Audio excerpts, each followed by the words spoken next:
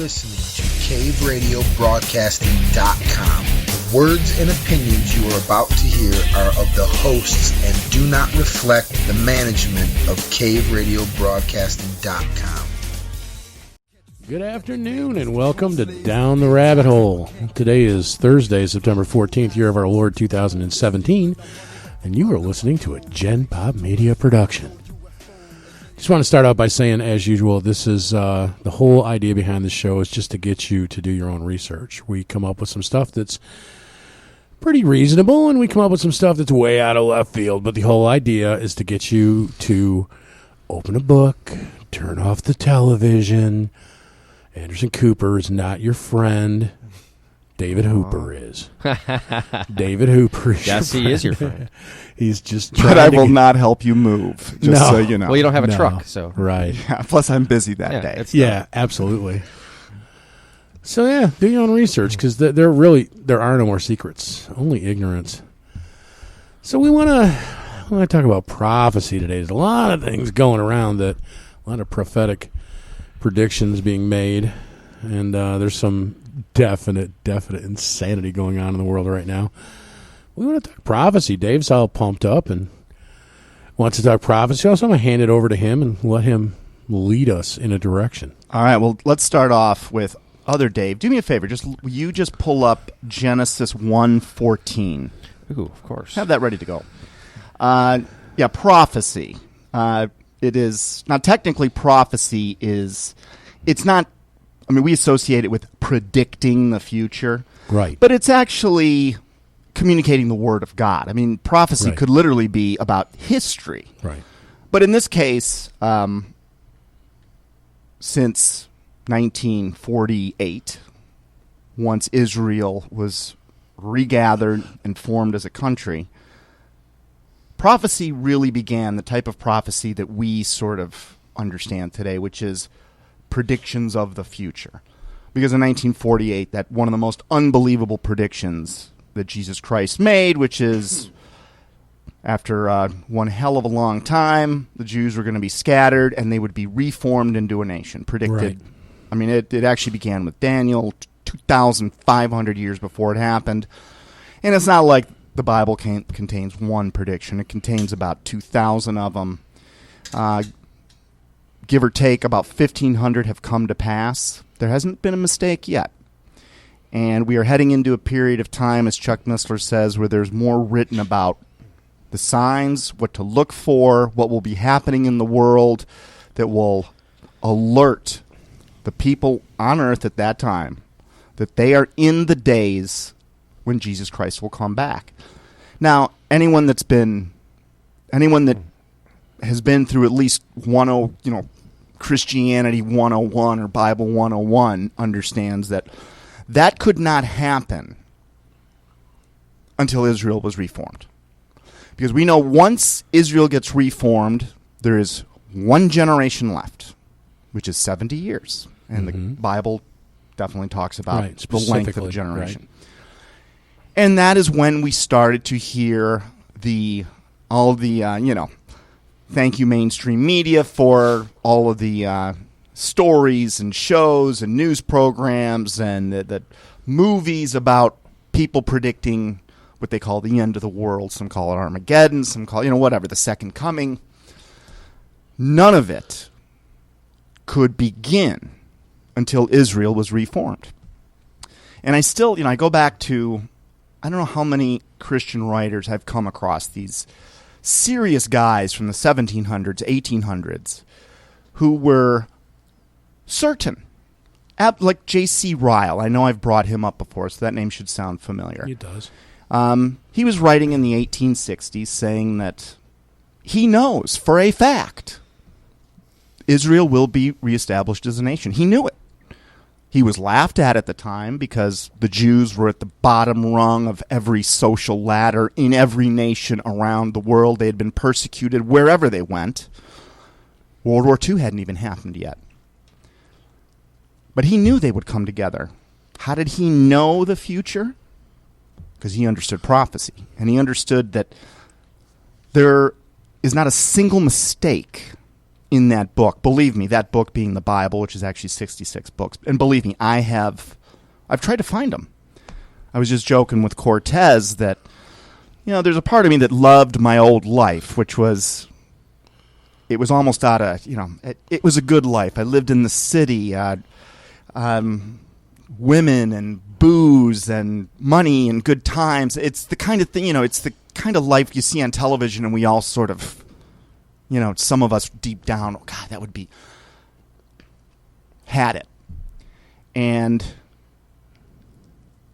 well, that all changed when something occurred to me, or this is sort of a process, but we are definitely in a time in history that is unlike any time before. And you can know that if you look. So today, we're going to just help you look. We won't come out with any conclusions or any date setting, but we're going to throw out some interesting points. These are a few things that I came across literally over a span of 4 hours earlier today. So it's not like I was prepping for this show for a week. If anything, I'm underprepared. But I was so blown away by a few things that I just felt like we needed to talk about them. And as usual, someone I had never heard of ever in my life, a man by the name of, hang on, let me see if I can find it, Rabbi, do you know what his name is? Rabbi Judah Ben Samuel. This is really, and we talk about coincidence a lot here, that there is no such thing. I stumbled upon this last night at midnight as a result of, I'm doing a King David thing at church, and I get sidetracked easy, especially on YouTube, right? Before you know it, I'm watching fail army videos, cracking up like, oh, wait a minute, I need to get back on task. And by just, well... There's no coincidence. See, I already know what you're going to say. Right. There is but I stumbled on the same exact thing last night, which actually technically, because it was after midnight, was today. So you stumbled on this today also, and we had not spoken. We never spoke about it. I've never heard of this guy. I've never heard of this ever. And all of a sudden, of the 1,000 days that I've known you now, on the exact same day, we both hear about this guy, and I'd already decided without talking to you guys, we were going to talk about this guy, yet you'd come across him on your own. Really weird. And it's and it just so happens to be about prophecy and a certain day next week. It's just, to me, this stuff never ceases to amaze me. All right, because I find this fascinating. So let's kind of build a little story here. So, Dave, I asked you to look up Genesis 1:14. Yes. Will you read that out loud? And this is from the NIV, so it's simpler English. Genesis 1:14, and God said, "Let there be lights in the vault of the sky to separate the day from the night, and let them serve as signs to mark sacred times and days and years, and let them be lights in the..." Oh, do you want me to read 15 or just 14? Go ahead and read 15. Okay, and 15. And let them be lights in the vault of the sky to give light on the earth, and it was so. And then it goes on to explain what the two great lights are. I can continue. The sun and the moon. Two great lights, the greater light to govern the day, the lesser light to govern the night. And he also made the stars. So one of the purposes, according to God, for the sun and the moon is to give signs, correct? Yes, signs of sacred times. Sacred times, okay. So the sun and the moon do more than just provide light to earth. They also exist for signs. But how do you read those? I mean, what does that mean? I've got a feeling that there are more signs in the sun and the moon than we could even fathom. And I think anything you almost dream up, God would have it already covered in some way. Perhaps it's the Holy Spirit inside of you. I don't know exactly how all that works. But whatever force, because I don't believe it's a coincidence, whatever force had you looking into this, Rabbi, that also got me to look at it within a 24-hour period. Whatever that force is at work in the world, without a doubt, still, luckily. I don't think it's going to be very Not much for longer. long. But that is certainly one of the ways that I believe the powers of heaven communicate with people here on earth. And they do it through other people. I mean, the Bible is littered. In fact, all of God's messengers, by and large, were humans. Just Right. humans taking what had been, I'll say, transferred, because I don't know if it was said or if it was thought or if it was written or who knows. But it would get into a prophet's head, and out of his mouth would come words that we can now read thousands of years later. These prophets spoke about things that would come. And they are never wrong. They've never been wrong. And you really have to go back and understand history to understand they've never made a mistake. And it's not like the Bible is just standing alone saying this. You can actually, and this is what hit home for me starting several years ago, is other historical writings that are secular, that are non-religious based, that are not based on Christianity, observed the things that happened. They, in a sense, verified and testified to the fact that the things that were predicted in print, and we now know they were in print for thousands of years, came to pass. Now, we know they were in print certainly because of the Nag Hammadi. That is where essentially we found in 1945 all of the biblical, well, I can't say it's all, because I don't, maybe some are missing, but a number of biblical books, much more than 66. I mean, there were a lot of Old Testament books which we no longer, which have been tossed out, like the Book of Giants, the Book of Enoch, the Book of Jasher. Yes, exactly. So we know when those came from. Those came from right around the time of Jesus. So this would have been in the 1st century A.D., B.C., somewhere in there. But it's not like that's the only...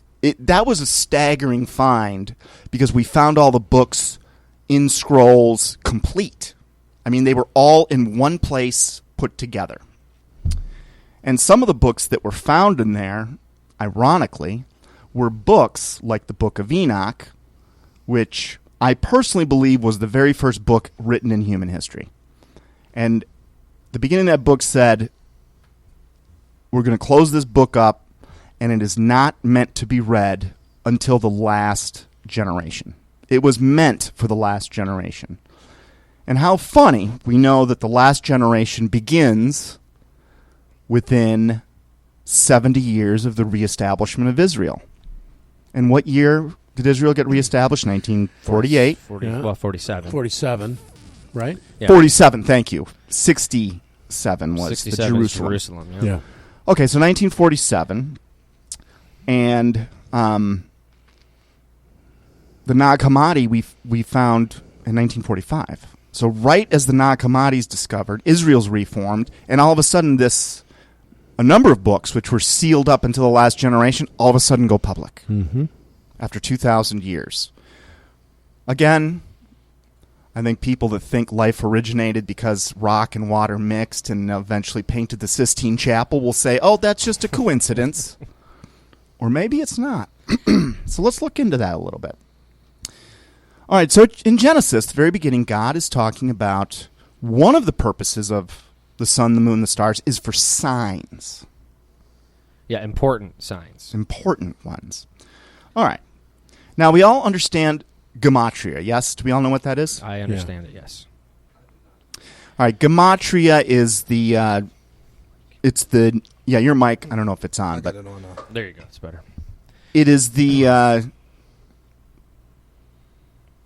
philosophy that Hebrew letters, I mean, this applies to other languages like Latin, for instance, but in this case, with the Hebrew language, every letter has a value. Every letter has a meaning in and of itself, and the numbers behind those letters contain messages, which modern-day computers have unlocked unbelievable truths about things that have happened, will happen Yeah. in the numbers.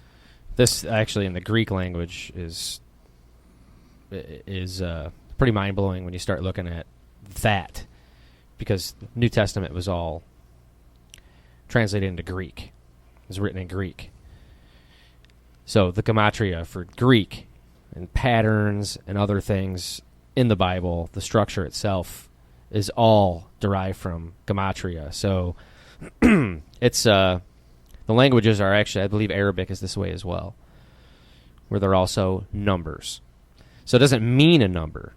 So to say, like in English, if we had that, the letter A would be 1, B would be 2, C would be 3.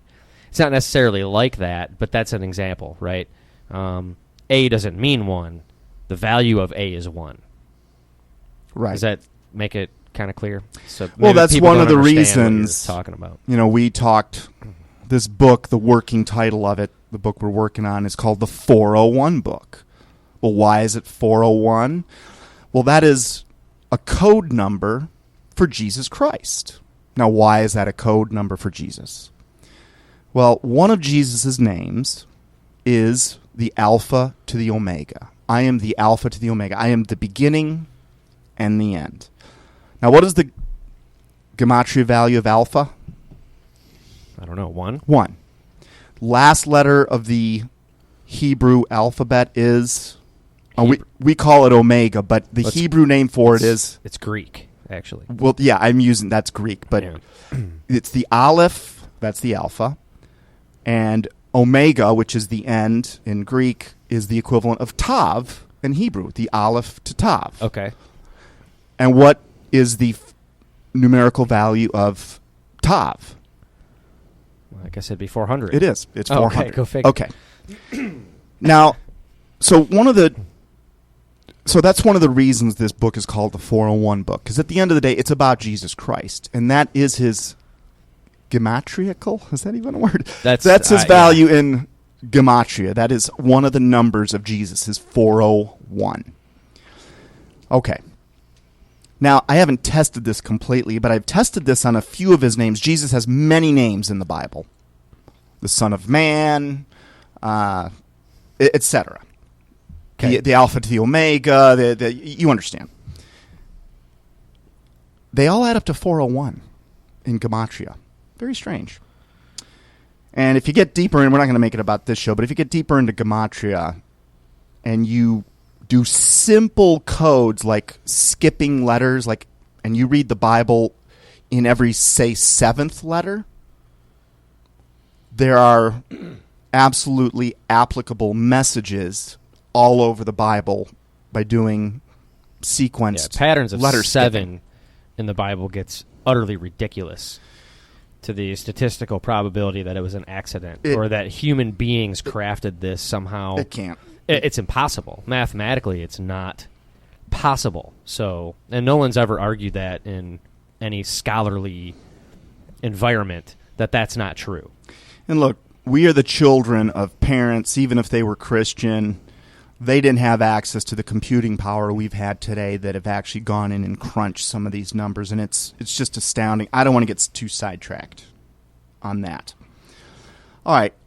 Something else I want you to know about the word Tav, and maybe you can look this up just because I want to make sure, like I said, I'm not 1,000% prepared for this one. But if I understand this correctly, the letter Tav is also, its meaning is that of representing a sign. And I'm fairly certain that that's what Tav, the letter itself, means, is a sign.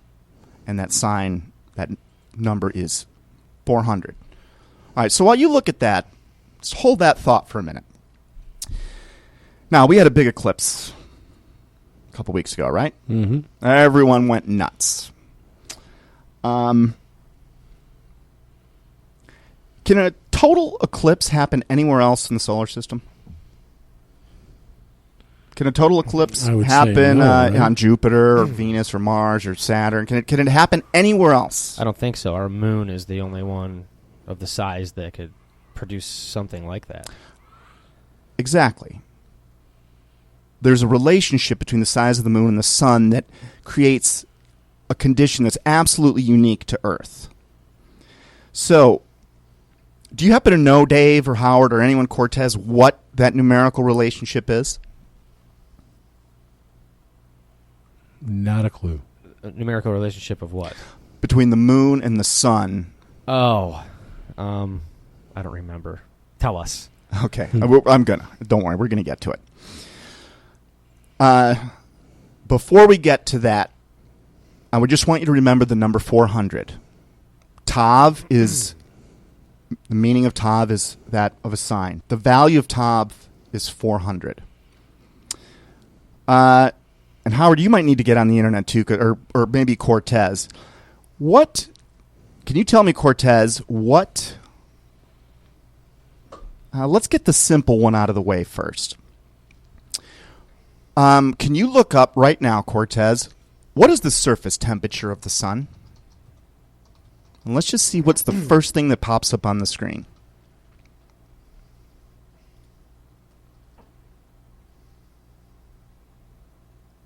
$27 million degrees. That's the core. The surface temperature of the sun. Just type in, what is the surface temperature of the sun? 10 million. No. It's actually much, much less.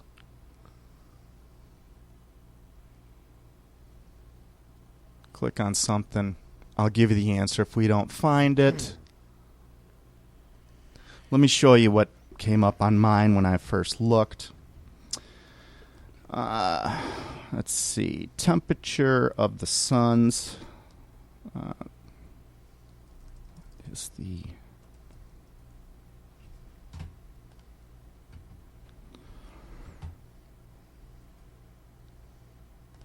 All right, the surface temperature of the sun is 5,778 degrees Kelvin degrees. Kelvin? Has anyone else It's actually found not that? that hot. Yeah, I see it right here. Does it say that somewhere where you're reading? It's specifically... That's 10,000 degrees Fahrenheit. Now, how some scientists figured out it was exactly 5,778, I'm not sure, and I'm just trying to... Sounds like it should be Celsius. What is the surface? Well, it looks like the word Tav is derived from an Egyptian hieroglyph that means mark. Okay, and I would call that a mark, a sign, Yeah. a something. All right, Wikipedia says the surface temperature of the sun is 5,778 degrees. That's one place you can go find it. Does anyone know what year we are in the Hebrew calendar? Oh, that year, actually. Yeah, 777 this year. Actually, we're in the year 5777. Right. Now, what's interesting, gematria also works backwards. So hold that thought. All right, so it's interesting that this thing that heats Earth, it's supposedly 93 million miles away, only has a surface temperature of 5,778 degrees. Doesn't seem, how does that heat the Earth? We're not going to answer that question today because I have no idea, Right. but something needs to be investigated there. All right. I do find it interesting that is the temperature that scientists have calculated is the surface temperature of the sun, which next year, or I should say the Hebrew calendar and the Gregorian calendar, Satan did his thing to change the times and the seasons, and we've changed calendars. We lost a year when we went from BC to AD. There's a lot of things going on. Now, the reason that a total eclipse can happen on Earth and it cannot happen anywhere else in the universe is because the sun, the diameter of the moon, which is, I believe, 2,159 miles, is exactly, or I should say it's 400.45, or I should say the sun is 400 times wider than the moon. Okay? Okay. So the moon that has a diameter of 2,159 miles, you multiply that by 400, and you come out to the sun's diameter, which is 864,579 miles. Okay. Okay. So the sun is 400 times wider than the moon. And the reason that the moon can completely cover the sun is because the distance from Earth, from the moon to the sun is 400 times further away from the Earth than the moon is. It's actually like 389, 390, but close enough so that we can get the little moon to cover up the sun and do it perfectly. Is that a coincidence in anyone's mind here? No. Okay. I don't think so either. All right. Distance to the moon is 238,900 miles. Distance to the sun is 92.96 million miles. And essentially, you've got a factor of 400. So the sun is 400 times further away from us than the moon. And because the sun is 400 times... Because the sun is 400 times further away, it can form a total eclipse. Now, how frequent are total eclipses? Do you guys have any idea? Not very. Yeah, not very often. All right. They're not very. I actually thought they were much more common. There are partial eclipses, and then there are lunar eclipses. Now, we are talking solar eclipse. This is when the moon gets in the way of the sun, casting a shadow. Yeah, the one we just had, the one that we had before, was almost 100 years ago. Yeah. We're going to talk about that one in a second. Okay. Do me a favor. Look up Matthew 16:4. Now, we're going to be talking about an eclipse. You could argue that eclipses are just random. Or you could argue that there are signs behind them. Certainly you can find a lot of Christians and even non-Christians that believe that there's signs with eclipses. Did you find Matthew 16:4? 16:4, I did. Okay. A wicked and adulterous generation looks for a sign, but none will be given it except the sign of Jonah. Okay. And do you have enough context to know what that, when it says a wicked and evil generation? Now, he's not talking about the generation of Jonah's time. He's saying that in that time, in the last days, this is us, this wicked and evil generation will be given a sign, and it will be the sign of Jonah. Yeah, this is in response to Pharisees and Sadducees testing him, demanding a sign from God, and this was the end of his response. Okay. So, what was the sign of Jonah? He got puked out of a fish. Well, that's what happened to Jonah. Now, Jonah's story is interesting. And it's one of those stories that actually kept me away from the Bible for a long time, because Jonah's the guy that got swallowed by a big fish or a whale or whatever, and he was in the belly of this thing for 3 days. Again, the stories are always paralleling each other. He's in a dark place for 3 days before he comes out again. Same way Jesus was buried for 3 days before. It was the sign for Nineveh. Thank you. Now, Nineveh is modern-day Mosul. This is Iraq, essentially. All right. Jonah did not want to do the job he was asked to do. Are we familiar enough with the story of Jonah? Yep. He was said, go preach to Nineveh, tell them that the gig's up. And he was like, He didn't want to do it. Yeah. And what further pissed Jonah off was that what he spoke from God's mouth, the words that came through him, were basically like, you guys are toast. It's over. Gave him 40 days to...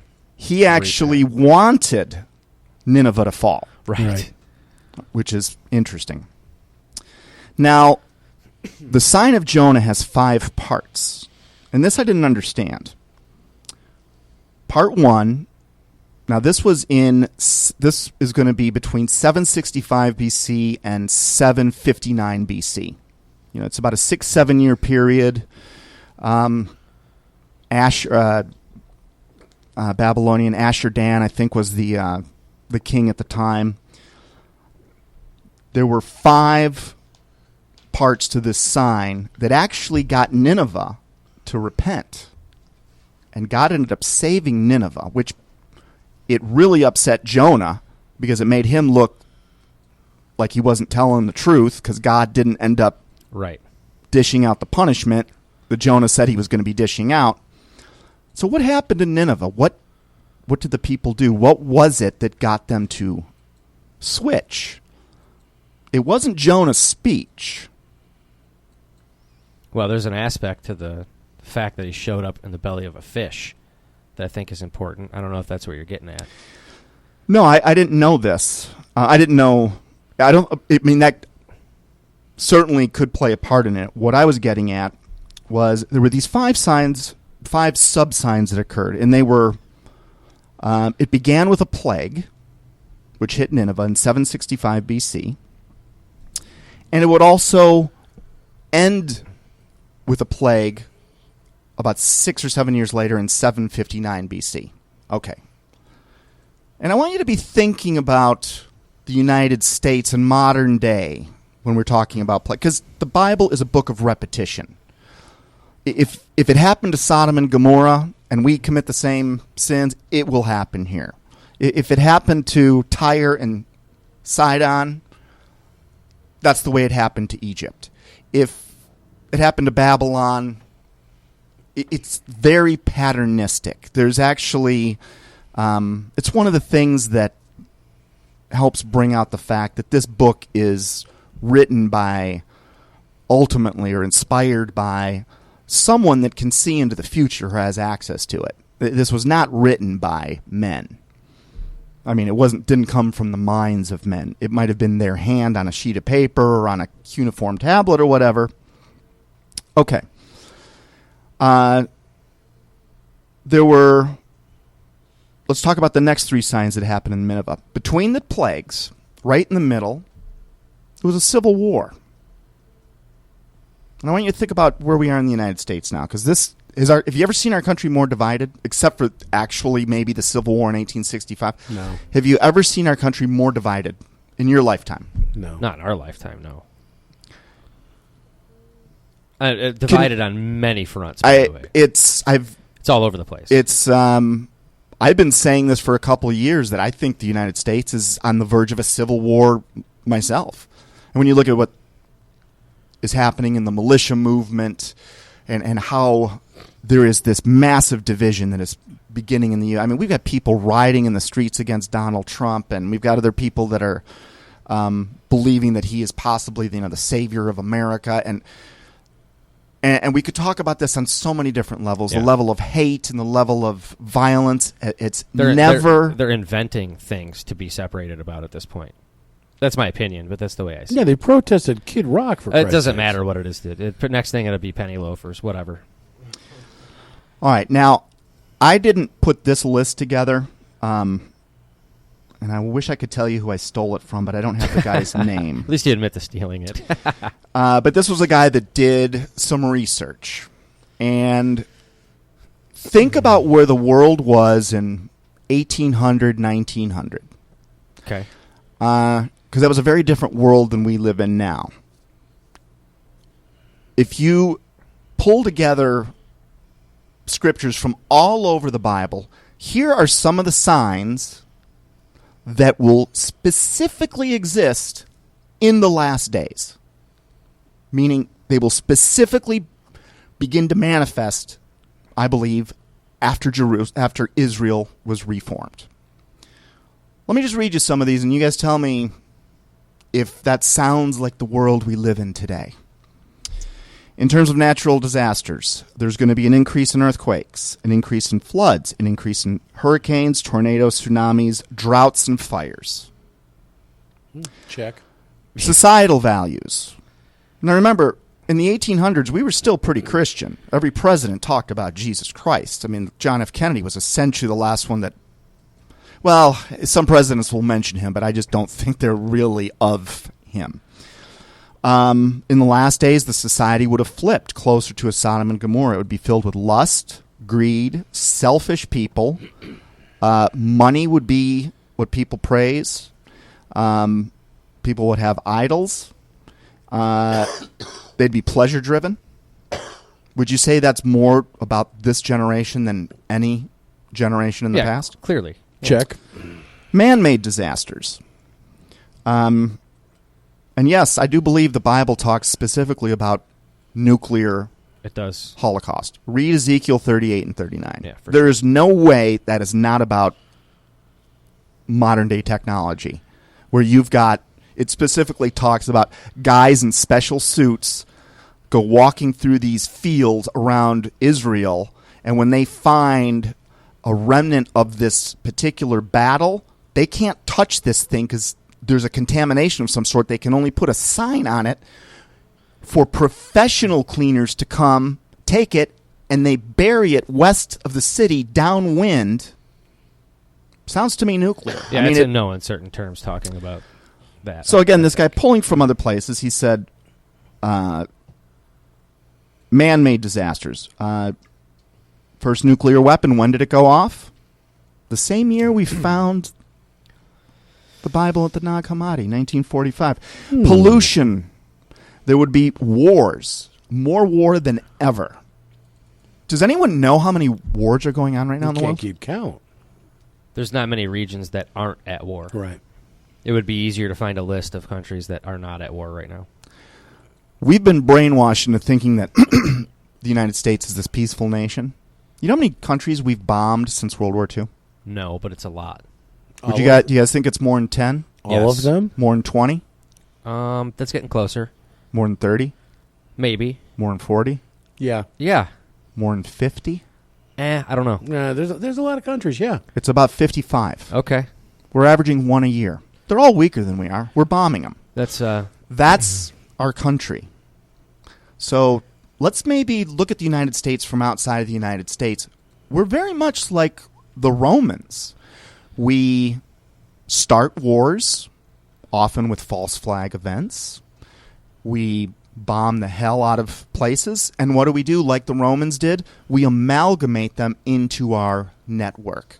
Did we send Americans to Japan to take over Japan? No. We turned their society into a supporter of America. Did we send Americans to go live in Germany? No. We rebuilt Germany and made it essentially an ally of America. This is how the Romans did it. And remember, we are in the hidden Rome. The Roman Caesars became the Vatican popes, which became the royalty of Europe, which sailed over on ships to the United States, and we are the children of that lion, Great Britain, the head of the European Union. These are basically, we're a continuation of the Roman government. The Bible said that Rome would never be destroyed, but it would go underground. Now, who conquered Rome again? yeah. Nobody. Right. No. How does the most powerful nation on earth just disappear, or does it? It didn't disappear. We had our very first pope that was a former Caesar, Constantine, and that began this transition. The power base didn't even move out of Rome. Right. It stayed It's the right same there. City. Yeah. The same Roman buildings that existed 2,000 years ago. What do we model our Capitol building after? Yeah. All of our public buildings. It's Roman architecture. It's all over. If you can't see Rome never lost power, well, we don't have gladiators and the such, but we certainly have circus, don't we?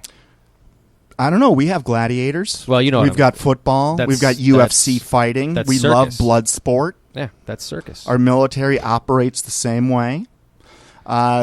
We have a show, quote unquote, a show republic where we're, supposedly represented by Congress. Right. But really, if you really look behind the scenes, the president is not, nor has he ever been, anywhere near the most powerful person in the United States. It's the people above the president. He doesn't even have access to all the secrets. Find out who has the top security clearance. Then you will find out who's really behind the scenes. Now, we, of course, have linked that already to the powers behind the Federal Reserve Bank, the central banks of the world, and these people praise. Who do they praise? Yeah, Lucifer. Is that a fact or is that a belief? That's an absolute fact. Fact. It is a fact. I've, with my own eyes, seen enough people come out of those circles saying, no, really, they literally praise Lucifer. They write and about it. He manifests to them. They are ushering in his... What is Lucifer's big goal that Jesus said he would be trying to do? 2,000 years ago, this was predicted. What was the big goal that Lucifer was going to try and do the whole world? Government. A one-world government, a new world order, which obviously is happening. Some of these other signs. War would increase. Murder would increase. Rape. Economic instability and famine. Does that sound like the world we live in today? Absolutely. Yeah. Societal beliefs. We would stop believing in creation. And what do we believe in today? Evolution. Depends on who you talk to. If you took a poll, do you think most Americans believe in creation or evolution? Actually, I want to ask Cortez. Do you think most Americans believe in evolution or creation? Evolution. Yeah. That's what I'm guessing. No, I think the majority of our nation, right. And I certainly believed in evolution until about 6 years ago. Yeah. Never bought it.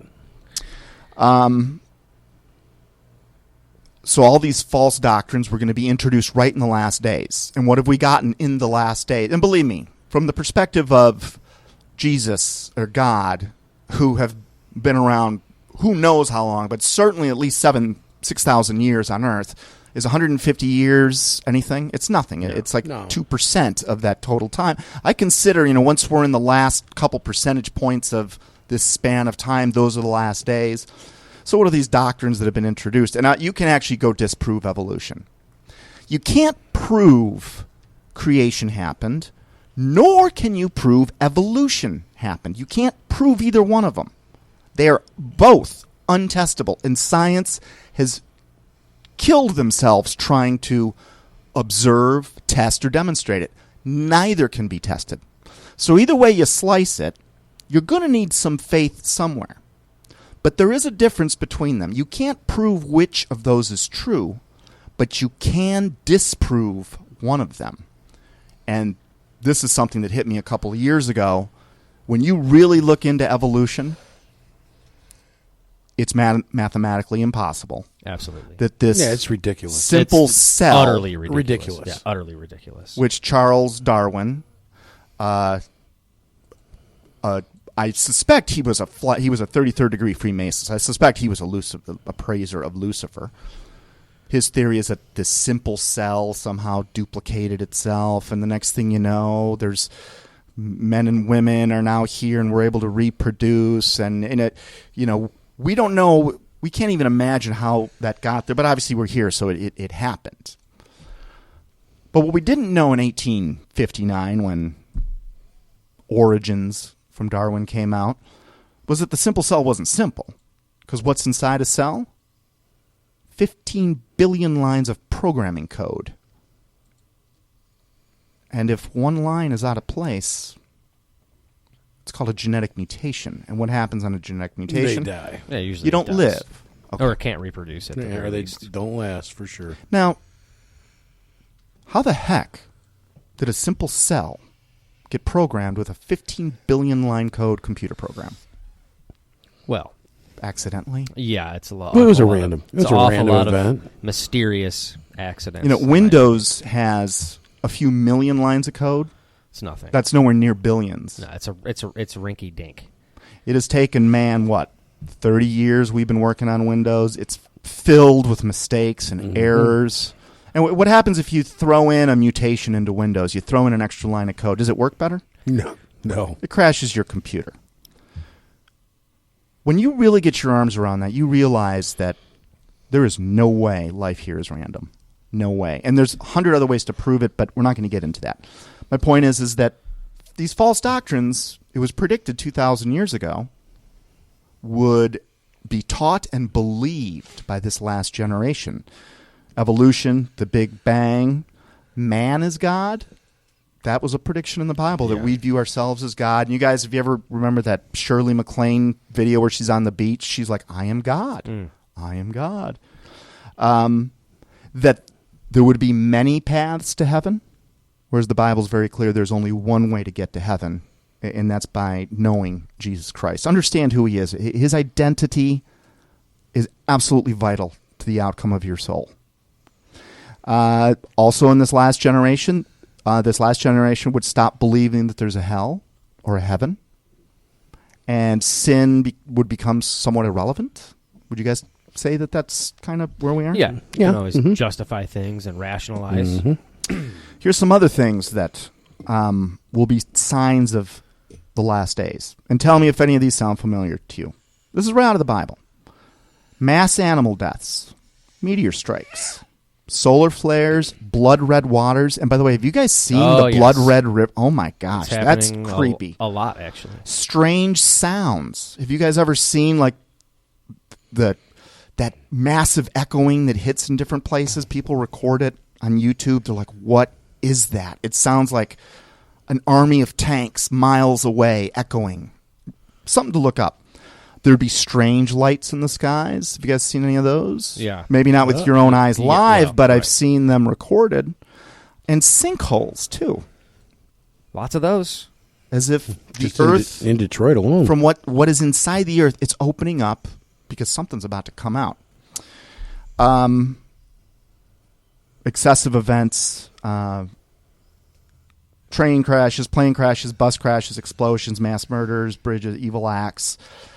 Society, by and large, of course, not everybody, but society as a whole would believe that Jesus is not God, that Christianity would be viewed as evil, that Islam would be viewed as peaceful, the sons of Ishmael. What God called right and wrong would be flipped around so that we now would think what's wrong is right and completely opposite. Would you say that that's where we are today? Without a doubt. Absolutely. I mean, if God doesn't, the United States has probably killed more human beings. I mean, we're catching up to Stalin. We're catching up to Hitler. In Iraq alone, since 2001, we're darn close. We've killed a few million.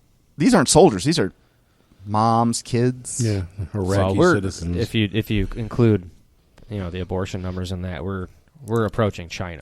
Oh, you had abortion? As far as Mao. Ooh, and that's another one, is that in the last days, the smiting of children while still in the womb would accelerate. It's very interesting. Roe versus Wade was passed when? 70-something, right? 92? There's a quote in the book about the lady that was Jane Roe. Yeah. Did I tell this one to you guys? Maybe, but I know what you're talking Doesn't about. sound familiar. The lady that was the face of the case, who was a 19-year-old girl who wanted to get an abortion, and she became the poster child of Roe versus Wade. I don't remember her name offhand. It's already in the book. She came out later in life saying, I was completely wrong. 73. 73, thank you. And let me know if you find her name as well. But she completely converted to Christianity, and now she's pro-life. How interesting. Yeah.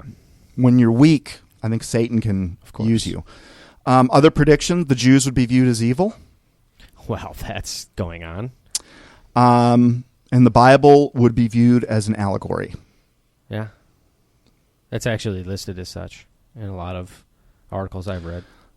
All of this is pulled from the Bible. And all these are signs that will exist right in the last days. Now, I've had the opportunity to kind of look at history a little bit because of this exercise on the book. Jane Roe. Well, that was her stage name. She has a real name behind the scene. So that was like Jane Doe, Jane Roe. You didn't tell me that. Oh. It doesn't matter. You'll look her up, but she flipped and is somewhat upset now that it was her name that was used to. How many children have we killed via abortion? Norma McCorvey. Thank you, Norma McCorvey. 60 million, I think, at this point. Now, what's interesting is in the Book of Enoch, which was lost for 2,000 years, except for one Bible that was in Ethiopia. The book of Enoch talks specifically about how the fallen angels taught the art of killing a child in the woman's womb. Those angels were locked up for 70 generations. This was right at the time of the flood, which even scientists will tell you was about 3000 BC. Yeah. 70 generations. It's 70 years a generation. How many years are we looking at? 4,900? Yeah, I was going to... Okay, yeah, that was right. So that puts us at what year? 1900 AD, roughly? There you go, yeah. They're let out. And what happens relatively quickly after? Here we are, aborting children again. Yeah. Something that God warned us about thousands of years ago. Through the rafters. All right. That... What's up? Oh, we've got 1 minute before break. Oh, 1 minute before break? Okay. All right, so let's finish these last parts of the signs of Jonah. We'll take a break, and we'll come back, because the real big stuff, the stuff that will drop your jaw, is what's coming. Yeah, because I want to talk a little bit about Jonah for a second. All right. Very cool. Now, I want you to remember this one, but there was a massive earthquake in Nineveh. Just remember earthquake. That was one of the signs. And there was military loss, like a massive military defeat. This is why I wish I had more time to prepare. I don't know what that military defeat was, other than to have read someone else's work that said that there was a military defeat. So take that one with a grain of salt, because I did not see that with my own eyes. But this guy is credible, and I suspect that he did his research. And there was one more sign, and this was the sign that finally got Nineveh to repent. Do you guys know what it was?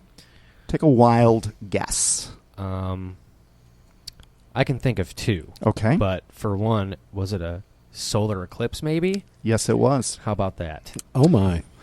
In 763 BC, and if we work our Gregorian calendar backwards, it would have been June 15th of 763 BC. There was one of the few total solar eclipses that have ever happened on Earth. There's only been a handful, cutting right across the north of Nineveh. And with that, the city finally repented and were saved. At the last second, sending Jonah off into a tizzy, because now he was made to look like a liar. He was not happy. That solar eclipse has a name. It's called the Bur-Sagali eclipse. It's one of the most famous in history. It was recorded on cuneiform tablets called the Assyrian Eponym Canon. And when were these unearthed? In the 1800s, in the last days. We didn't really know about it until we saw it, I was going to say, literally in writing in stone. Again, that's not in the history books you will ever be given access to in your high school or your college, but this is closer to the real history of the world. That solar eclipse is famous because it's one of the few that, and in the cuneiform tablets, whoever, the scribes recorded that Nineveh went dark. The same thing that happened to Jerusalem when Jesus died. It went dark. Ah. Now remember, I just want you to remember, before we go to break, earthquake, going dark, eclipse, and the pattern of signs given to a people when they're on their last at bat. Why don't you take us into break, Howard? Okay. We will pay some bills, and we will be right back. Welcome back to Down the Rabbit Hole. We're going to talk more about prophecy. Dave was right in the middle of some. We had a few things to remember. And I'm actually going to give it over to the other Dave, because there's something you wanted to point out about Nineveh. I find this interesting, too. You bring up the solar eclipse that happened then. And, of course, they can model this, and they know that it happened that year. So it's not just written on tablets. But I find it interesting that there's one other factor, at least in my mind, that God used to just kind of seal the deal. So you had the solar eclipse, you had all these things going on. But Jonah came out of a fish, right? Right. Well, actually, it was a whale, right? It was a mammal. Well, it's an air-breathing fish, Right. which is interesting for another reason. But I don't know if it ever says whale, but whatever. It's something that. I think it does. But anyway, Either way, go ahead. There's something interesting there too. But what was the most prominent pagan god in that region Poseidon? at that time? No. Wait, okay, but hang on. Prominent god at that time? Pagan god. Um, At that time, and it was actually one of the very... I'm totally stuck on the Smurfs. I want to say Gargamel, but No. like very, Osiris or... Nope. One of the very first pagan gods on the scene, actually. Nimrod? Nope. All right, we give up. Dagon, the fish god. This is interesting to me because they worshipped the fish god. And Dagon, the legend of Dagon is that, he was he's deified by being half man, half fish, but he was delivered on the other side of the flood by a fish, a water-breathing fish. So you can look at this a couple ways, but this is the way it struck me, is that you have all these signs piling up, and then a fish pukes out a guy that says, you guys need to turn it around or, you're hosed. Now, they worship the fish god. Keep in mind, their legend is that this is how Dagon was delivered from the abyss, right, from the waters. So they see this happen. Well, they're going to listen to this guy. But see, God didn't use, and I believe it was a whale, and I'm pretty sure that it was a fish, air-breathing fish, because he was in there for 3 days, if I'm not mistaken. And that's significant as well. Patterns of 3, patterns of 7. But either way, he used a air-breathing fish to deliver a man, to give them a message. And because of their belief system at the time, they saw that, and it meant something to them. And that's why, if we go back to the entire response from Matthew 16, when they demanded a sign from Jesus when they're testing him, right? Like, everyone's always testing him. If you're the Son of God, then do this. And his message is like, you can't test the Lord, right? So his response was, when evening comes, you say, it will be fair weather, for the sky is red. And in the morning, today, it will be stormy, for the sky is red and overcast. You know how to interpret the appearance of the sky, but you cannot interpret the signs of the times.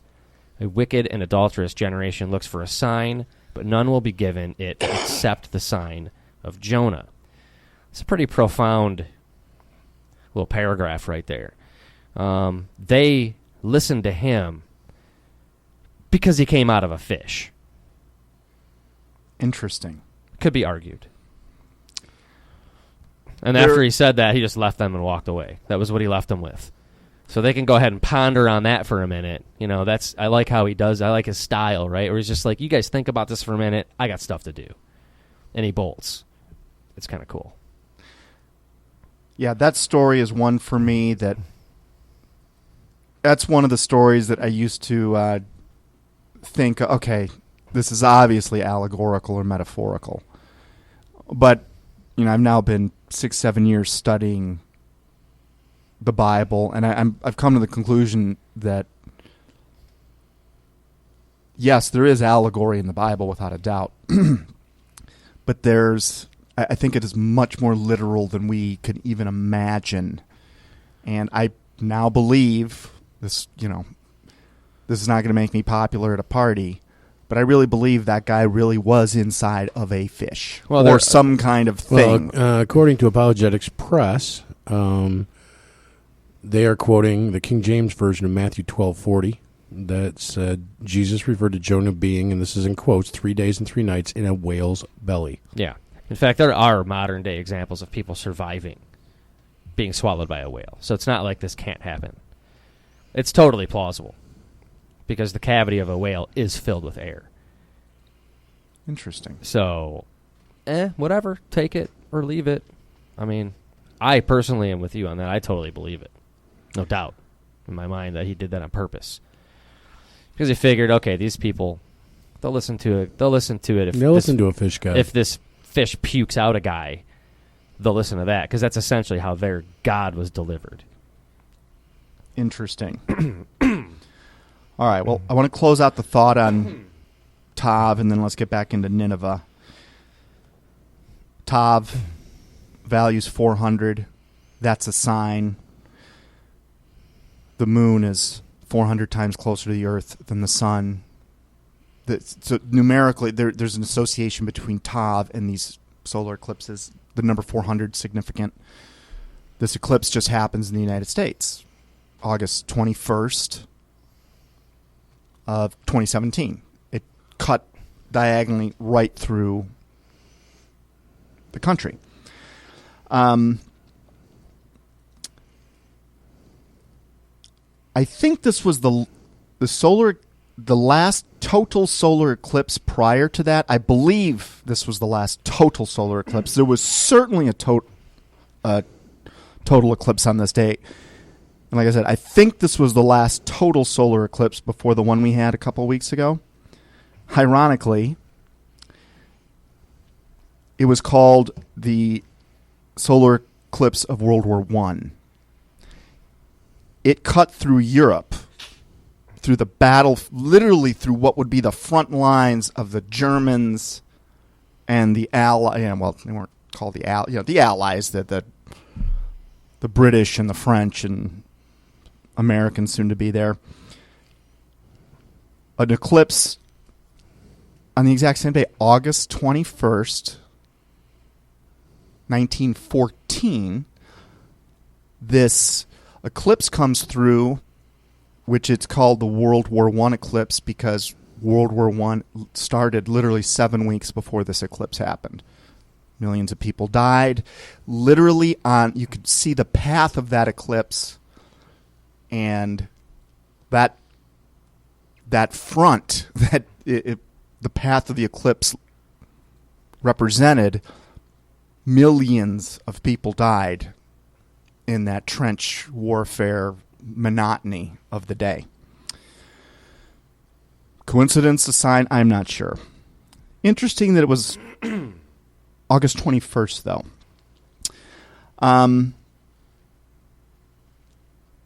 All right, back to August 21st of 2017.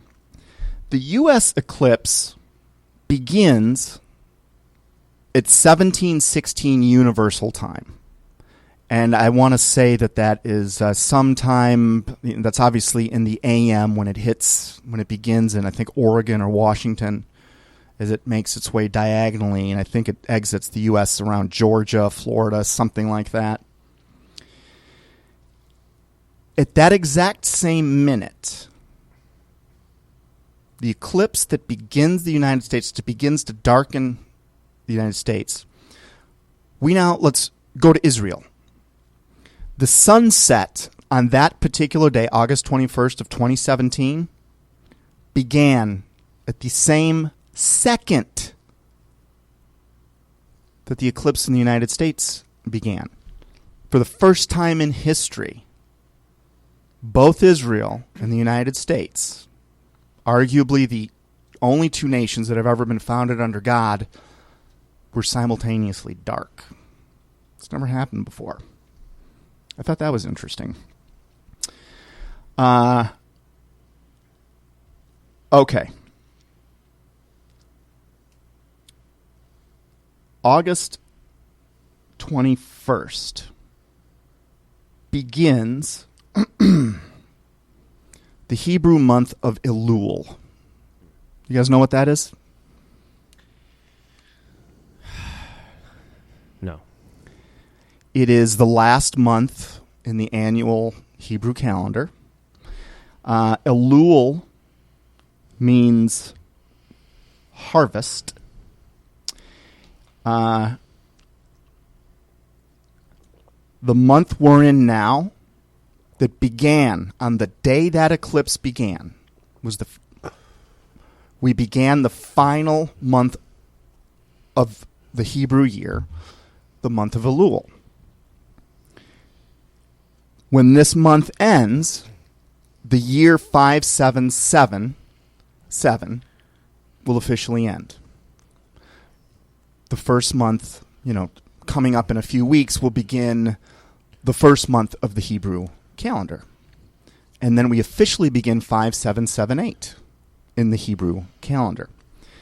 Now, what's interesting is, going back to Gematria, the number 5777, which is about to come to a close, it means it's the year of completion. It is something is going to be complete. Elul is also known as, its meaning is the harvest, like harvesting crops and things of that nature, but it also applies to souls. If you've researched the dark side like I have, they themselves call what's coming, because their plan is to knock the population of the planet down by 90%. They don't want 7 billion. They want about 500 million. Go check your guidestones in Georgia. They themselves call that period when it begins, they themselves call that the harvest. The dark side calls it the harvest. God's also calling it the harvest. And I might say it's like a harvest of souls. Like this, no date setting, but there's something in this. And the meanings of words and the values of them are all meaningful at the end of the day. It's a matter of how much time do you want to spend looking for the meaning in there. And like I said at the beginning of the show, I think it's much deeper than you couldn't get to all of it in 10 lifetimes, in 1,000 lifetimes. So the number 5777 means completion. We're going to be there in a few weeks. Okay. Well, what is all this really? Where's all this going? Let's skip. So August 21st begins the final month of the year in 2017, and we're about to begin the year 5778. We're going to talk about some prophets that talk about the year 5778 in the Hebrew calendar is like it's the beginning of the Messianic time, this 7-year period. Okay? Hold that thought. 7 years. 7 years from now, on April 8th of 2024, there will be another total solar eclipse. Again, this has happened a handful of times in history. And here, 7 years later, there's another one coming. And if you follow its path, it forms an X over the United States. Okay? Right around Georgia, right? Tennessee-ish. No, it's below Illinois. It's at the epicenter of the New Madrid fault line. You guys familiar with what that is? Yeah. Recent discovery. I mean, we used to think the San Andreas Fault was the big one. We've discovered that right in the center of the nation, like underneath Kansas almost, or Missouri, Illinois, Kentucky, where all the middle of the country excuse me, is the greatest. What's the scientific word for it? It's a type of earthquake where like the land will just all fall in to this fault.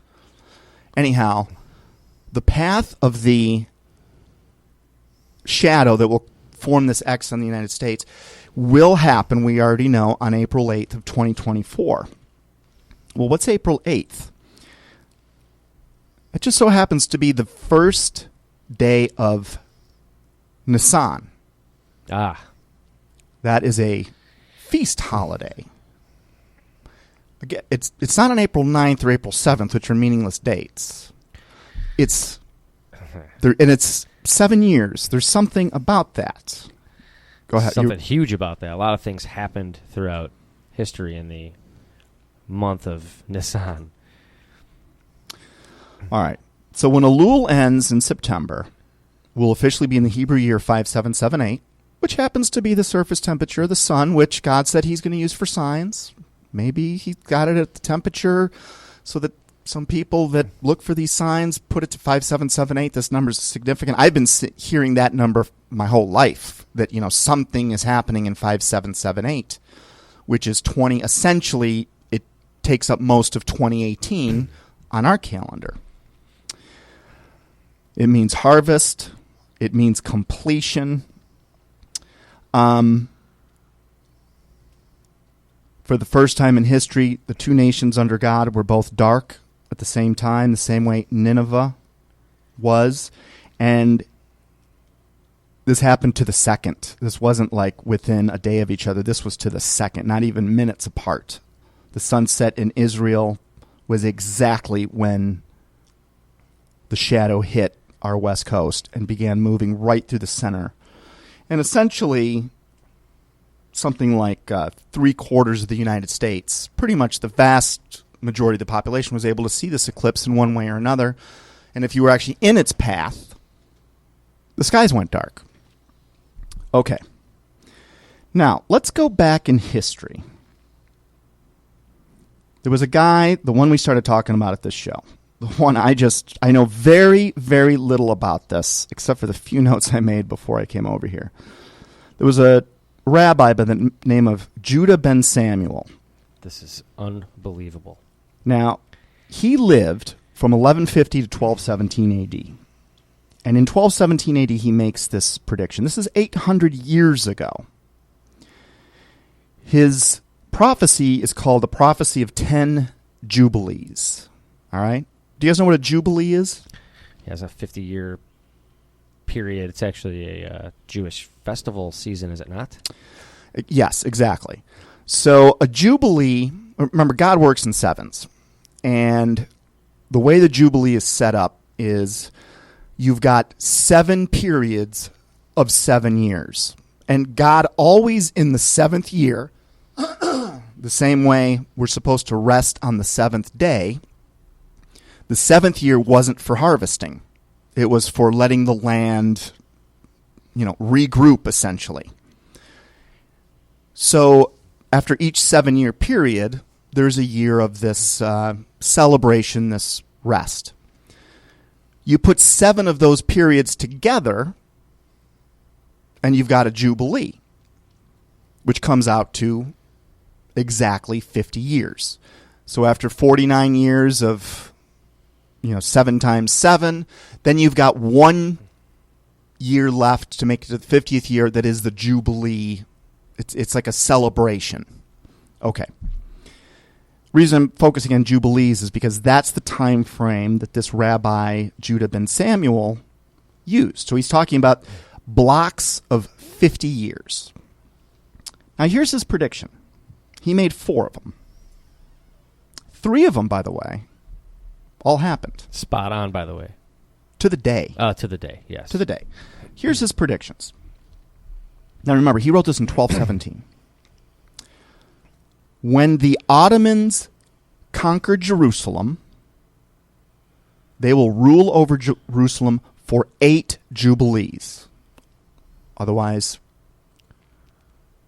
400 years. Keep that in mind. Afterwards, Jerusalem will become no man's land for 1 Jubilee. 50 years. Another 50. And then in the 9th Jubilee, it will once again come back into the possession of the Jewish nation, which would signify the beginning of the Messianic end time. The Jubilee year cycle given to ancient Israel is described in Leviticus 25. It is commonly thought to be 50 years long. The fact that some believe the Jubilee cycle, some argue it's 49 years. But you have to add that the final year of rest is sort of immaterial, as the word Jubilee is mostly used as shorthand for 50 years in prophecy.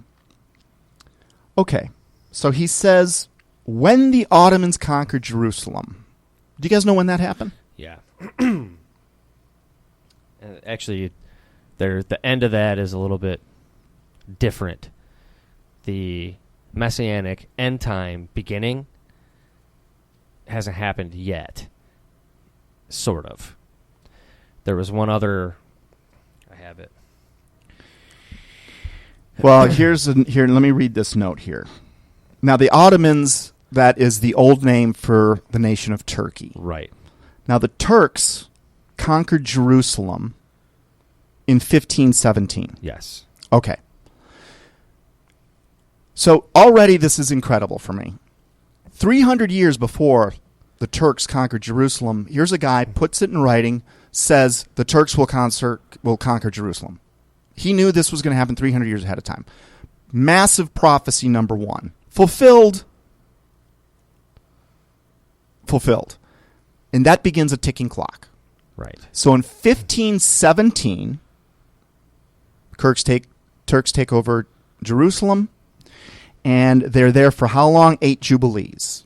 And this happened on Hanukkah, by the way. Really? Really. Interesting. All right, so let's add 400 years, that's 8 Jubilees, to 1517. Where does that take us? To 1917. 1917. Hold that thought. Oh, this is what happened on Hanukkah. Sorry. Keep going. Oh, okay. When the Ottomans conquered Jerusalem, they will rule over Jerusalem for 8 Jubilees. This happened 300 years after Ben Samuel's death in 1517, so that's astonishing right there. The Turks conquered Jerusalem. Number 2. Afterwards, Jerusalem will become no man's land for 1 Jubilee. Now, we're talking Jerusalem, not Israel. Right. Now, do you know what happened in Israel between 1917 and what's 50 years plus? What's one more Jubilee plus 1917? 1967. Right, and it was... What happened in 1967? It was returned to the Jews. Yeah. From British rule. Israel is formed as a nation in 1948. It was 48. Jerusalem goes back into Jewish hands in 1967. That's the day the Israeli army, for the first time in thousands of years, marched into Jerusalem. Now, here's a guy in 1217 that said, basically, for 8 Jubilees, the Turks will have it. Then it's going to be no man's land for another 50 years. Yeah, why was it no man's land? Excuse me. This is also incredible. That I don't know why. Because it was under British mandate to be ruled by the League of Nations. So it literally was no man's land. Interesting. Yeah. Okay. So another way to say it is that in the year 1217, someone that is a prophet, claims to be a prophet of God, predicts a foreign nation that's going to come in and take over Israel, which happened. It happened 300 years later, that they would stay for 400 years, which they did. And as a result of World War I, World War I, where there was another eclipse, by the way, they leave Israel, and there's literally no one there, except for, I'm sure, some Palestinian tribes or something like that. But there was nothing going on in Israel at the time. There was no farming. It was sandy. The land was dead. It was no man's land.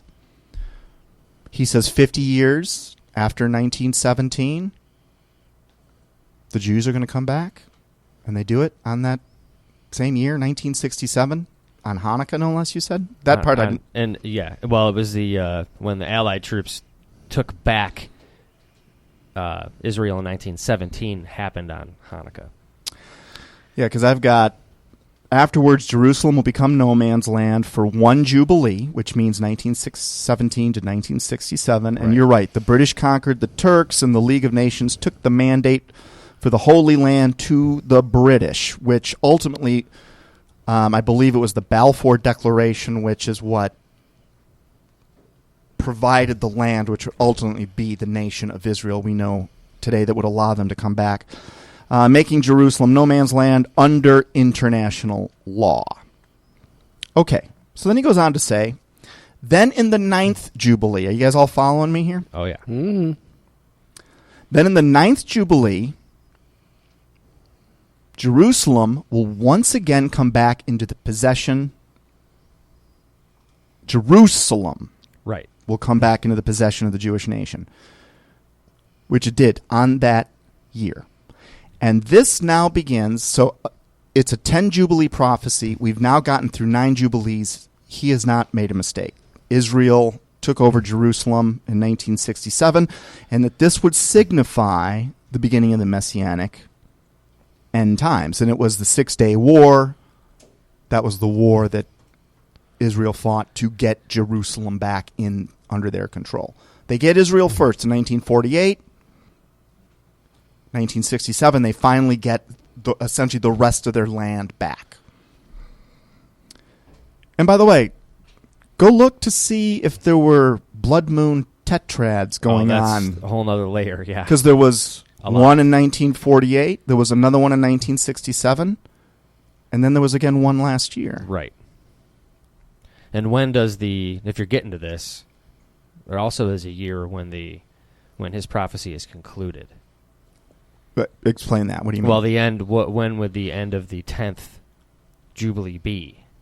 So, you add another 50 years right. to 1967. Where does that take us? Now. 2017. That's right. To the year of completion. Uh-huh. Think about this. Well, there's so many layers to this. You bring up the month of... And I knew there was something about this, and I dug it up. That's that the next eclipse, you say, that comes in 2024 is during the month of Nisan or Nisan, right. However you pronounce that. Well, there are some interesting things that have happened in the month of Nisan that are known. Are you ready? Yeah. Okay. These are probably going to be some of the most famous events in history. Number one, Jesus was rejected by the Jews in the 10th of Nisan. The Last Supper and betrayal happened on the 14th of Nisan. The crucifixion happened on the 15th of Nisan. And the resurrection happened on the 17th of Nisan. It's probably just coincidence. Interesting. Yeah. Do me a favor. Look up Isaiah 18:7. People say that the United States is not in Bible prophecy. I've got a feeling... 18:7? Isaiah 18:7. Because this is going to tie in with, I think, the 2 eclipses we're talking about. The one in 2017 matched with the one in 2024, forming an X over the United States. And there's something fascinating about the target zone of that X. Isaiah 18:7. Want me to read it? Yep. At that time, gifts will be... That time. By the way, that time is now. That is, at that time, the end time. That's what I meant earlier. So that's talking about in the latter days. So go ahead. Okay. At that time, gifts will be brought to the Lord Almighty from a people tall and smooth-skinned, from a people feared far and wide, an aggressive nation of strange speech, whose land is divided by rivers. The gifts will be brought to Mount Zion, the place of the name of the Lord Almighty. Does that sound at all like the United States? It could, sure. Why wouldn't an aggressive nation? It doesn't not sound like it. What was the? I didn't even know the language part was in there. What? An aggressive nation of strange speech. Do you think we're an aggressive nation? Well, yeah, clearly. We're, I think, the most aggressive on the planet. Yeah, pretty much aggressive. Strange speech, speaking a language that didn't exist. Well, we don't speak English if that's... It's not really English. We speak... Who knows? We speak... Actually, there's a bunch of languages here. Right. All right. Now and our land is divided by rivers, by the way. Was that the NIV? This is the NIV. All right. Now, here's what else I found interesting. So, he's talking about these people in the latter days whose land is divided by... It's divided into 3 parts by rivers. And I guess I never really studied geography in high school. This is what blew me away. Do you guys know what 2 rivers come together right where that eclipse marks, where X will mark the spot? Mississippi and the Missouri? The Mississippi and the Ohio River. Oh, the Ohio River. Exactly where they meet, where the land is divided into 3 parts by rivers, that is X marks the spot, which is right on this New Madrid fault line. I think that's talking about the United States. Hey, I mean, it could be. Sometimes I have to just take a minute to process all this, because sometimes it's a little overwhelming. So the 11th Jubilee is the Messianic end time. And that will begin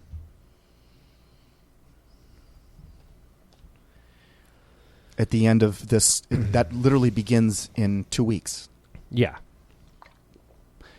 Meaning we're in the final pipeline. You could read it as the final 7 years of regular life on Earth. I don't know if it's the beginning of the tribulation or the 7 years before the tribulation. I don't know. I don't know if it means there's a rapture. I don't know. But the signs that there's something incredible happening are undeniable. In 7 years, on April 8th, 2024, there will be another total eclipse, making an X over the United States, over the Madrid fault line, which is now considered bigger than San Andreas Fault. Okay, we talked about that. April 8th is the first day of Nisan. It's a feast holiday. It signifies a religious new beginning, a new year. Now, that makes sense to me. I wouldn't be surprised if the kingdom of heaven maybe starts to manifest in 20... I'm not exactly sure. I believe we are that land separated by 3 rivers. Not a good outcome for those people. Or I should say, we people. The X is exactly where the Ohio and Mississippi meet, and it's at ground zero over the Madrid fault line. At that time, a present will be brought to the Lord of hosts. What would that be? The present that is brought to the Lord of hosts from a people tall and smooth of skin, whose land the rivers divide. What could that be? I don't know. But if you go to the King James Version, this is where it doesn't read anything like that. But it's Old English. It's very hard to understand how they even got that from this. But in this one, at that time, shall the present be brought unto the Lord of hosts, of a people scattered and peeled, and from a people terrible from their beginning hitherto, a nation meted out and trodden under foot, whose land the rivers have spoiled, to the place of the name of the Lord of hosts, the Mount Zion. So, I don't have a clue. I don't know if it's... I wonder if that means the people that are in the U.S. that are raptured out, they sort of re-manifest either that on Mount Zion. Either that, or we could facilitate the construction of the third temple. There's a lot of ways you could look at that. Interesting. If you go back to the signs, the sign of Jonah, which was the great earthquake, I wouldn't be surprised that if on April 8th, 2024, or somewhere right around there, something happens earthquake-wise with that... In that area. Right there. And that if that happens, we will... The only thing that we have not experienced yet is some kind of serious military loss, but we're just one EMP away from being run over by anybody. The whole world wants to crush the United States. It's going to happen. Yeah, all the armies will get crushed eventually. Eventually, all of them. All of them. Correct. In minutes. But the third temple is key because, Jesus can't come back until that third temple's been constructed. And whatever that temple is, who knows? It could be something fantastic that everyone sees, or it could be something else. It doesn't really state. But that has to happen first. So that may be what goes down, as we help facilitate that somehow. So this prophet in 1217 makes 4 predictions. 3 have happened. And the end of the 10 Jubilees that he predicted, it coming due in a couple weeks, when Elul ends, beginning the year 5778, and it's going to happen in the month of September. Yeah. And that is the month of something will be complete at that point. Well, maybe all the people that are saved, because there's a specific number God's looking for. And once that number's reached, it's go time. Given the fact that just if he got the first one right, if he just predicted that, and I don't even want to say he predicted it, he was delivering prophecy. That's my opinion. But clearly, that's what it was. Nostradamus predicted things, right? But that's totally different ballpark here. This guy, and I think Nostradamus, but I think he was influenced by the dark spiritual world, and they're not totally dumb about what's going to happen. Yeah, but they're not perfect. He was right on a lot of pretty incredible you know stuff. What? On this very one, though, blows away everything Nostradamus ever did in accuracy. Yeah, this guy should be more famous than Nostradamus. Blows it. Well, the reason why he's not is clearly it. I mean, it's the side he's working for. He was clearly delivering prophecy, where Nostradamus was not delivering prophecy.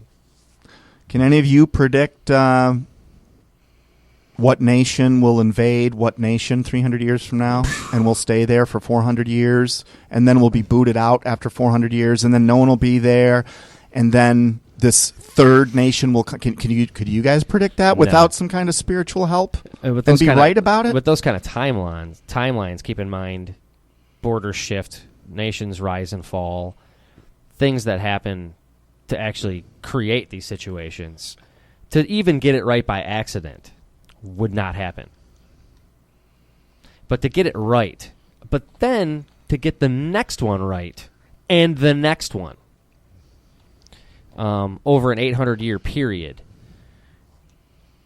I don't know how anyone could sit there and look at that and say, well, he just got lucky. It's too exact. The predictions keep are in mind, too we're exact. talking about Israel, by the way, right? It's not like he got lucky on countries that were even feasible at the time. This was nowhere near even a possibility. It didn't even make any sense. I mean, in 1217, Israel had now been dispersed for about 1,150 years. I mean, there was no nation of Israel. As he's writing this, Israel was dispersed, for the second time by the Romans in 70 A.D., also predicted by Jesus Christ before that happened. He also predicted that the second temple would be destroyed, and it was destroyed by the Romans. And he also predicted that the Jews would be dispersed for... He didn't put a specific timeline on it, but he said they will be regathered, and that will begin the last days. 2,000 years later, miraculously, and it was a miracle, they are regathered. No nation has ever been regathered. Ever. And there are a lot of prophets throughout history. I mean, I'm running across more of them where it's obvious that God had more prophets than just what we see in the Bible. Yeah.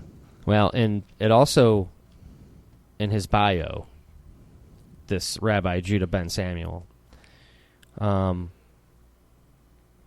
the time when he published the results of what they're stating was his biblical calculations, gematria, and astrological observations. His summary was as follows, and then he delivers the 800-year prophecy. I find that even more fascinating. Explain that further. Well, it gives you a little bit of background to his life, who he was, when he lived, right? And his nickname was, apparently he was a very religious man, because his nickname... Yeah, tell us a little about him. I wasn't able to research the man himself. He was a legendary and prolific German rabbi of the 12th century who made some astonishing and specific predictions about the future of Jerusalem and Israel that came true. Was he well regarded in his own day or only posthumously? I think so, because Judah ben Samuel, also known as Judah the Pious, meaning very religious, lived and worked from the end of the 12th century until the beginning of the 13th century in Regensburg, authoring a number of books in the German language.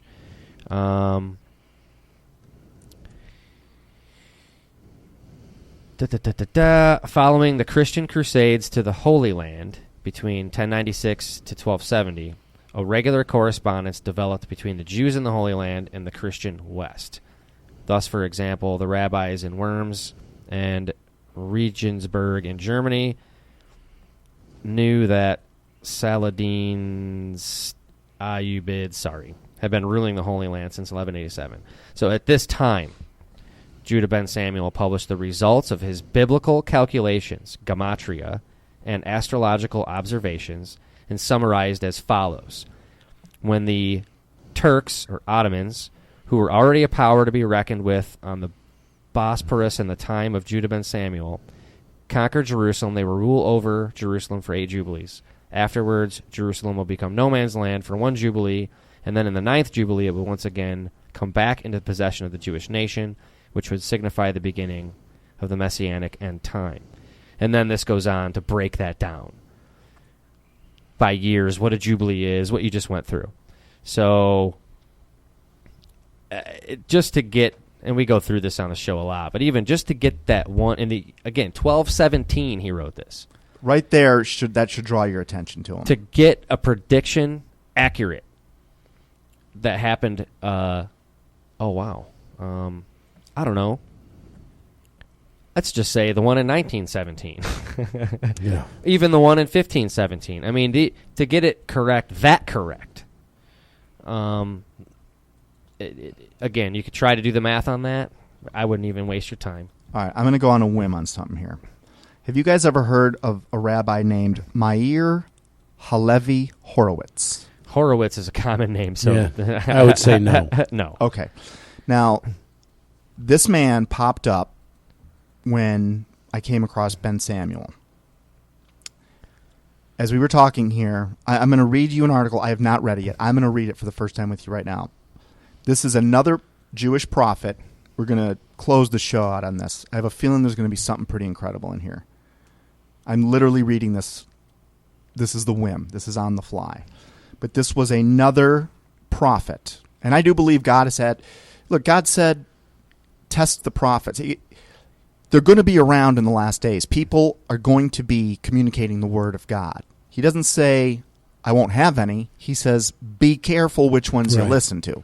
Meaning, there are going to be meaning the voice of God is on earth right now. Right. Just go looking for it. It will not be on your television set. I guarantee you that.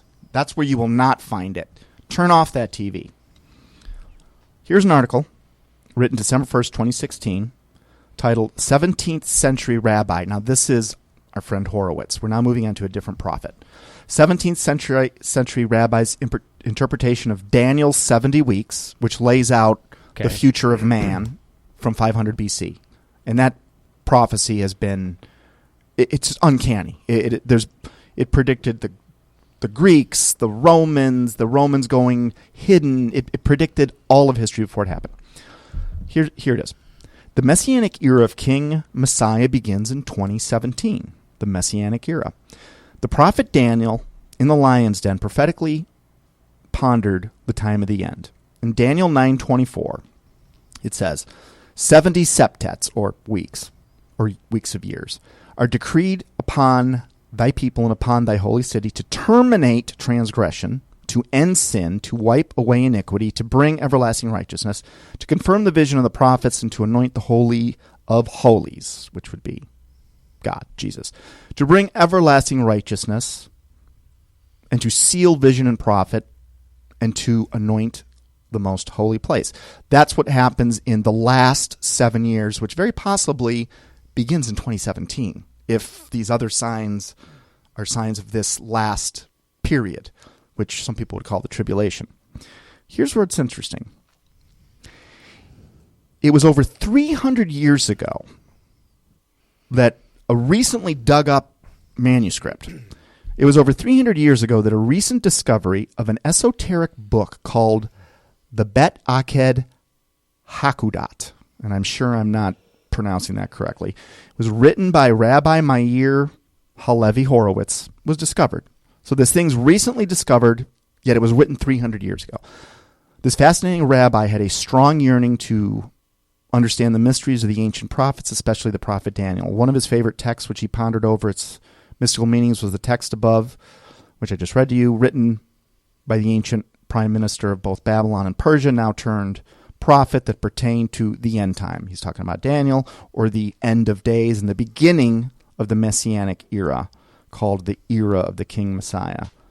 So truly this heavenly decree sent down to Daniel about 2,385 years ago is today being resurrected again at the end of the era, for we have entered the vortex zone of the Messianic era of spiritual enlightenment. Once again, Daniel was in prayer with fasting, sackcloth, and ashes, and once again the gates of heaven, the gates heaven, as was opened as Gabriel was sent down from the throne of the Almighty, went to the one prophet. It was Rabbi Meir Horowitz who interpreted the whole prophetic period called time, times and a half, to be a period of time of 700 years. Notice how the reasons he chose this designated period called time as 700 years, for it was based upon the prophetic calculations as stated below. I'll leave us with this. Look into those two guys. If you're not ready to jump into the Bible, start there. These people touched by God predicting the future. I don't know exactly where Horowitz is going, but he is revered as someone that was able to predict something that was just unearthed recently, written 300 years ago, like so many other inspired, spiritual, biblical, whatever you want to call it, texts that are teaching us what the real history of the world is. And at the end of the day, folks, yes, this is fascinating, like science fiction if you want it to be. It's probably the most fascinating book I personally have ever read, and I was afraid to touch it for 42 years, but it was written by someone that could see the future. And everything about where we came from, where we're going, how to get there, what has happened and what will happen is all covered in that book. But if you want the Cliff Notes on it, get to know the identity of Jesus Christ. Understand who he was and why he came here. Your salvation, literally. Our souls go somewhere. If you want yours to end up in a place that is a paradise versus hell, literally, start by knowing him. Get to know who he is. I can't say it more emphatically. Your soul depends on it. Plain and simple. Anything you guys have to add to that? I think that's pretty No, well I said. think you summed it up pretty well. Yeah. Mm. All right, Howard, get us out of here then. Okay, well, this has been Down the Rabbit Hole. We will see you next week.